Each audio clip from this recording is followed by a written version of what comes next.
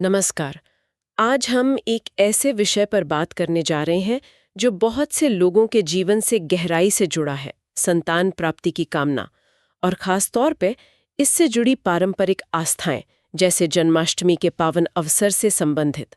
हमारे पास जो जानकारी है वो असल में एक ऐसी ही बातचीत से आई है जहां संतान प्राप्ति में कुछ विलंब का सामना कर रहे एक व्यक्ति ने, उन्होंने जन्माष्टमी के संदर्भ में एक अनुभवी वैदिक विद्वान से सलाह ली थी। तो आइए आज इसी पारंपरिक दृष्टिकोण और विधि को थोड़ा और समझने की कोशिश करते हैं। बेटी, देखिए, जब जीवन में संतान का सुख वो समय पर नहीं मिलता ना, तो मन में चिंता होना स्वाभाविक है। शास्त्रों में अगर देखें तो इसके कई कारण बताए गए हैं। कभी ग्रहों की चाल ठीक नहीं होती, जिसे हम ग्रह दशा कहते हैं। तो कभी ऐसा भी होता है कि जीवन में जाने अनजाने हमसे कोई भूल हो गई हो। और हाँ, पूर्वजों का आशीर्वाद उसका भी बहुत महत्व होता है। पर देखिए, सबसे ऊपर है भगवान की इच्छा और सही समय का आना। आपने सही समय की बात की, तो क्या कुछ ऐसे विशेष समय या तिथियां भी होती हैं जिनका महत्व ज्यादा होता है? क्या उस चर्चा में इस पर बात हुई थी? हाँ, बिल्कुल। विशेषकर पंचांग अगर देखें तो भाद्रपद मास का कृष्ण पक्ष हो, अष्टमी तिथि हो, और उस पर भी अगर रोहिणी नक्षत्र का संयोग बन जाए, यानी कि श्री कृष्ण जन्माष्टमी की रात। बेटी, ये कोई साधारण रात नहीं है। ये तो वो घड़ी है जब स्वयं भगवान श्री कृष्ण इस धरती पर आए थे। ऐसी मान्यता है कि इस दिव्य रात्रि में जो प्रार्थना की जाती है, जो साधना की जाती है, वो सीधे श्री हरि तक पहुंचती है। उस समय कह सकते हैं कि ब्रह्मांड में एक खास ऊर्जा होती है।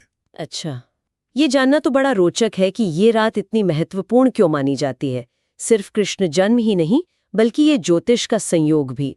तो उस मार्गदर्शन में क्या उन विद्वान ने कोई विशेष उपाय या कोई साधना भी बताई थी जो इस खास मौके पर की जा सकती है? हाँ बेटी, उन विद्वान में एक पारंपरिक विधि बताई थी। इसे संतान गोपाल मंत्र साधना कहते हैं। ये पूरी श्रद्धा और विश्वास के साथ की जाती है। कृपा करके इसके बारे में थोड़ा और बताइए ना। कैसे करते हैं ये साधना? क्या विधि है इसकी? देखिए, विधि तो सरल है बेटी, पर इसमें भाव सबसे जरूरी है।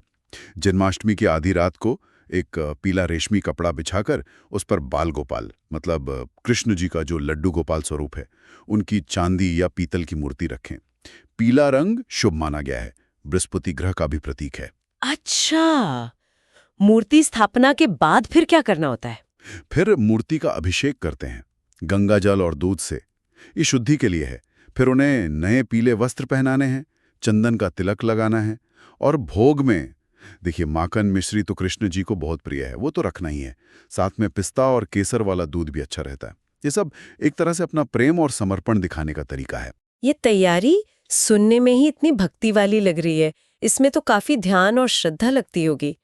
इसके बाद क्या होता है? मंत्र वगैरह? हाँ, इसके बाद आता है सबसे मुख्य काम, मंत्र जपना।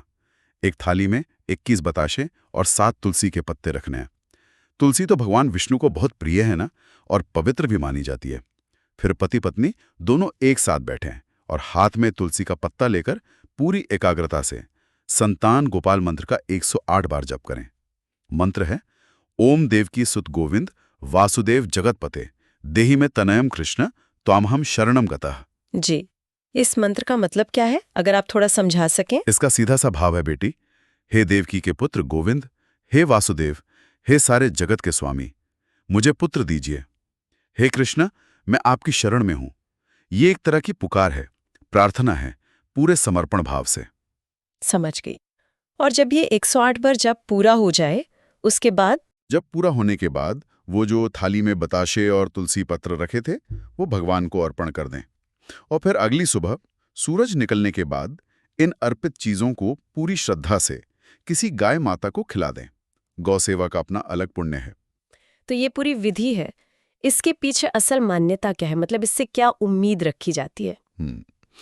देखिए, आस्था तो बहुत गहरी है। ऐसा मानते हैं कि जन्माष्टमी की रात को इस तरह पूरी श्रद्धा और विश्वास से जो ये साधना की जाती है, वो ठीक वैसे ही फल दे सकती है जैसे नंद बाबा के घर कान्हा के आने से खुशियां आई थीं। ये एक तरह से माँ यशोदा का वात्सल्य और उनका आशीर्वाद पाने का तरीका माना जाता है। इससे संतान प्राप्ति की जो इच्छा है, उसके पूरे होने की आशा बढ़ जाती है।